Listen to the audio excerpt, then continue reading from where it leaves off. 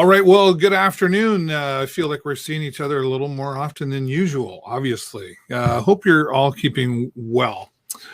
I've been reaching out to some officials in our community. As you may have seen earlier this week, we talked with Chief Norm Hansen of the Sarnia Police Services, and there's some others interviews coming up because I see so much out there on social media, that social media thing, and I'm receiving all kinds of videos and audios. My inbox lights up more than usual. I'm sure yours is as well. But one thing I've learned is to get it from the horse's mouth, so to speak. Official government websites, official medical websites, etc. So I reached out to the Bluewater Health, and we were able to get in touch with Dr. Haddad, who is the Chief of Staff for Bluewater Health. And we weren't able to do this live just because of schedules not being able to connect together. But we did. I just finished an interview about a half an hour ago, almost an hour ago, I guess now, with the Chief of Staff of Bluewater Health. So I'm going to take you to that interview right now. If you do have some comments, feel free to share them, and we'll take a look at those, and we'll have some phone numbers, etc., for you to get your questions answered as well. But right now, I want to take you to this interview again with Dr. Haddad, who is the Chief of Staff for Bluewater Health, and then I'll be back.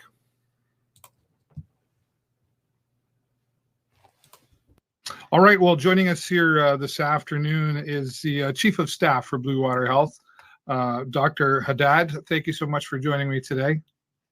Thank you for having me. Certainly busy times with you right now. We'll just kind of get to the point. I know you've got lots of things to catch up with. Can you give us sort of the official number that you're able to share with us right now of the cases confirmed? So over the past week or so, since we started testing, we had been waiting for results to come in. So for a few days, we had 0 cases because we were just waiting for the results to come back. But as of 2 days ago, we had confirmation that 5 of our patients at the hospital are confirmed positive for COVID-19. And yesterday, we had 2 more confirmed positive. So these patients have been slowly trickling in over the past few days, but the results finally came back. So as of now, we have 7 confirmed positives. We still have a few more pending results. So I don't know what the number is going to be by this weekend or next week. Okay. So I guess next questions, what's the hospital doing to prepare for what I guess would be expected to come? And is Sarnia-Lambton ready for all of this? We are. We've been doing a lot of work actually in preparation. So stage 1 of the whole pandemic planning. Since, 2 weeks ago when the WHO declared that COVID-19 is a pandemic, so basically across all continents, we flexed into our pandemic planning pathways right away. And we had been obviously monitoring the virus in Europe, starting in China and then in Italy and Spain. It obviously has arrived to North America. So 2 weeks ago, we activated our pandemic planning, which includes a lot of different pathways. So it looks at supplies, supply chain, staffing, creating capacity in anticipation of a wave of patients, even though we had no patients at the time, but you have to be prepared. We engage with our providers, for example, the surgeons, to cancel elective cases, to reduce the pressure on the hospital in terms of using supplies and also creating more bed capacity. We worked very closely with primary care in the community as well to see if they can help us out to reduce the pressure on our ED, for example, by looking after patients in their offices. Also, we worked with them to convert their practices to more virtual care. So if they can look after things with using a phone call or FaceTime or something, in order to reduce traffic within their offices, to reduce the spread of the virus, given the social distancing that we've been exercising both at the hospital and the community. So with all this happening, we also work very hard with long-term care facilities to ensure that, and home care as well, to ensure that patients can safely go home, or long-term care homes, and leave the hospital with wraparound services, so they're discharged in a safe fashion. With all these steps, we were able to reduce our hospital occupancy from more than 90% down to 65%, which freed up almost 100 beds within the hospital. And specifically, we really worked hard on ensuring that we have enough ICU capacity, because some of the patients would need life-sustaining measures like ventilators, for example.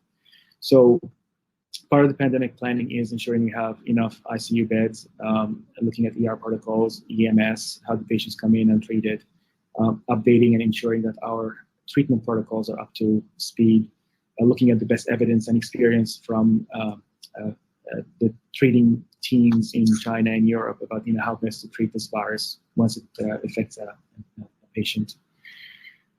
A lot of work on the supply chains and the so-called personal protective equipment, PPEs. I'm sure the audience have heard a lot from the news about the lack of supplies, given that a lot of the masks and gowns and gloves are actually manufactured in China. They had a bit of a big hit when they closed down their factories, so it affected the whole world. And I'm hearing that the factories in China are ramping up services now as they seem to be in a better shape from a pandemic standpoint, but that will take 2-3 days. It will take 2-3 days for the supplies to reach. Having said this, we do have reserves in stocks for pandemic planning. But I have to admit, I've been very impressed by the response of the community and the multiple emails and phone calls we're receiving to offer donations, to get masks and gowns and gloves and whatever we need. It's really impressive. And at the same time, I'm not surprised, given that Sarnia-Lambton, generally speaking, the population here, as you know, is very generous to help, in helping their hospital. So, for sure. And I know that a lot of people have offered to make masks and donate them, but correct me if I'm wrong, but unfortunately, they're not regulated. They have to be regulated masks. So while people have good intentions, there's other ways that they need to find to donate, right? I really admire and love the efforts and the thoughts that went into it. The issue with the homemade equipment is that it doesn't pass the industrial headlines of the government, and we can't guarantee that actually it's going to catch the virus or protect our staff. So we have to go by what's officially manufactured by. And I understand, I believe Lambton College has also stepped in and helped out. I think they donated 30 beds right now. A whole bunch of beds. I was very happy yesterday when I saw that. Yeah, it's being shipped over. Awesome. Thanks. So moving forward and all this, I mean, if we haven't heard the words "stay home" by now, then you're not paying attention, right? But what are you asking the community to do? I've been saying this for a while. The first line of defense to reduce the burden of this disease is actually the community. It's an infectious pathogen, so the host is humans. So it basically goes in between human to human. So the best way to reduce the spread is for all of us to separate, basically, by at least 6 feet. And that's why the whole social distancing thing or physical distancing came about. So if our population can stay at home for whatever it takes, I'm hoping obviously not forever, but 2, 3, 4 weeks, whatever is decided by public health, to at least give us a chance to reduce that spread so the healthcare system can absorb the volume, that would be quite beneficial. Obviously, the virus has arrived in North America, but if everybody gets sick at the same time, then the system won't be able to absorb the volume. This is what happened in Italy, as you've seen on TV. But if we can, what we call flatten the curve, so basically bring the illness in a slower aliquot by basically all of us separating, so you have less patients, then our resources can flex up a bit more and accommodate, but still be able to treat everybody. It might take us a bit longer to do so, but nevertheless, we can still able to accommodate. So the community is the first line of defense. So please stay at home unless it's essential to go out. And my advice is designate one person to go out, do the essential shopping, maybe once a week, not every day. Right.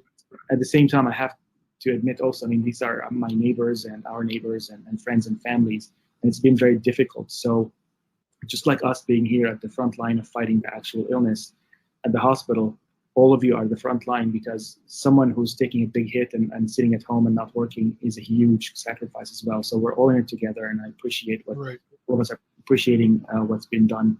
The second thing that the community can help us with is also try to deal with more minor ailments at home or with their primary care provider, as opposed to coming into the ED to just take the pressure off the hospital a bit. So if someone has the sniffles or a minor cold or something, maybe try to isolate, stay at home as much as you can. Sure. Unless you're obviously sick enough to come to the hospital, that's different, and we'll have to treat you here as well. When someone comes in very sick to the hospital, we are basically the last line of defense, and we flex up, and we'll have to do what we can to save a life. Okay. Now saying that, stay home. Okay. Well, I'll give an example. I'm home. There's just myself and my wife, and I've heard this communication. It's just the two of us. I have two children, but I told them to stay at their mother's. That's where they were last, so we're dealing with that. But are we supposed to stay away from each other in the home, or like we don't think we have it, or stay over there on your side of the bed? What are the limitations there?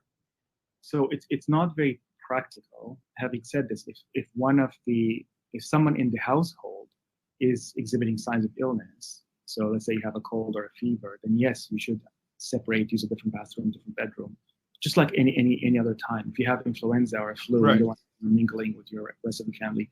But if everybody seems to be healthy at home, then just go on with your life and just common sense. Don't use the same towels, all that stuff. Right.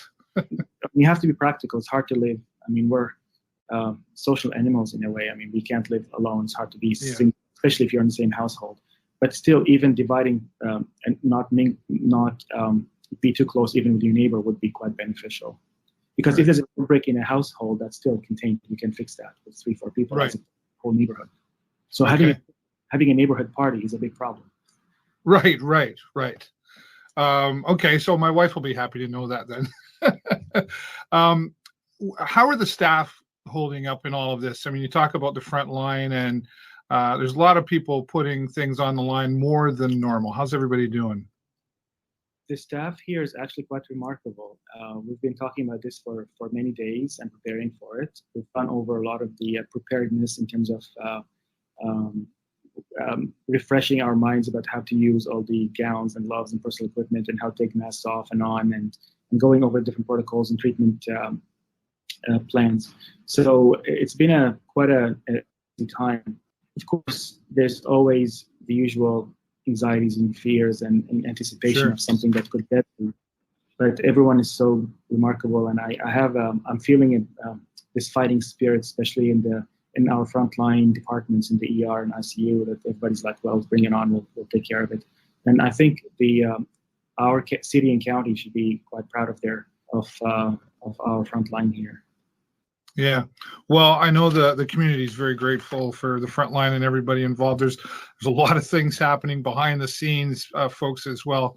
Nobody's here to get any credit, but I know a lot of people are very grateful for all of this. The whole team, there's a lot of, it's sort of like a movie theater. You might see the actors, but you're not going to see the people behind the scene who are actually making the show. So at all layers in the hospital, from housekeeping, cleaning, administration, supply chain, nurses, doctors, respiratory therapists, the food staff, the kitchen staff, everybody is flexing, working as one team to make this happen. It takes a village, So yeah, I want to get sure to all of them. For sure. I know you've got some other meetings to get to, so just time for one more question. What are the next days ahead going to hold? Is this the calm before the storm, so to speak? It could be the calm before a storm, or maybe if we're lucky, we won't get the storm. We'll see. If we don't get the storm, then great, we'll have a big party at the end of it. If it is the calm before the storm, then we're ready for the storm. So we'll see. I think the next few days will tell us how it's going to go. Maybe we'll have another meeting, an update then. Very good. We would enjoy that, and hopefully with positive things to say. And Dr. Haddad, thank you so much for your time, and to all of your team for keeping us updated here today as well. Thank you so much.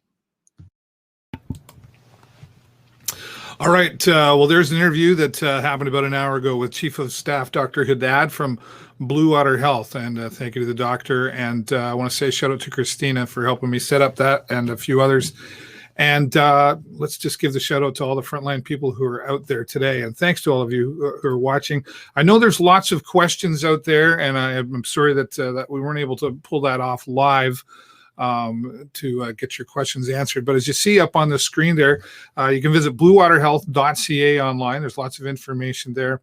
You can also call Lambton Public Health at 519-383-8331. And also Telehealth Ontario is also taking, they've actually installed, I think, an additional 300 lines to be taking all the calls that are happening. 1-866-797 And thanks to all of you for stopping by. Please take the time, if you found this valuable information, to click the share button and share it around. You just got it straight, as we say, from the horse's mouth, so we can ignore all the other stuff that's floating around and showing up in your inboxes. They are really on top of it, actually. Liz just pointed that out. It looks like they're really on top of it. And I feel very confident in the staff here at Bluewater Health. I know many of them as well. So they're, again, getting your facts from reliable sources, right? A lot of stuff floating around out there, conspiracy theories and all this stuff. And I'm not here to say who's right and who's wrong. I just know we just talked with someone, who's right there and is in charge of many, many things there. So thank you again to Dr. Haddad, Chief of Staff for Bluewater Health. Thank you again to all of you. And coming up tomorrow, I will have some more interviews. We'll be talking with Mayor Mike Bradley tomorrow. So keep an eye out for that at some point tomorrow as well. Also, just an extra plug tonight on the K106.3 Facebook page and here on my Facebook page. It's Friday Night Music Fever, and we will be having some local musicians going live with us here tonight. So we hope you'll join us. That's at 8 o'clock Eastern tonight. Until next time, take care of each other. Stay safe and stay home.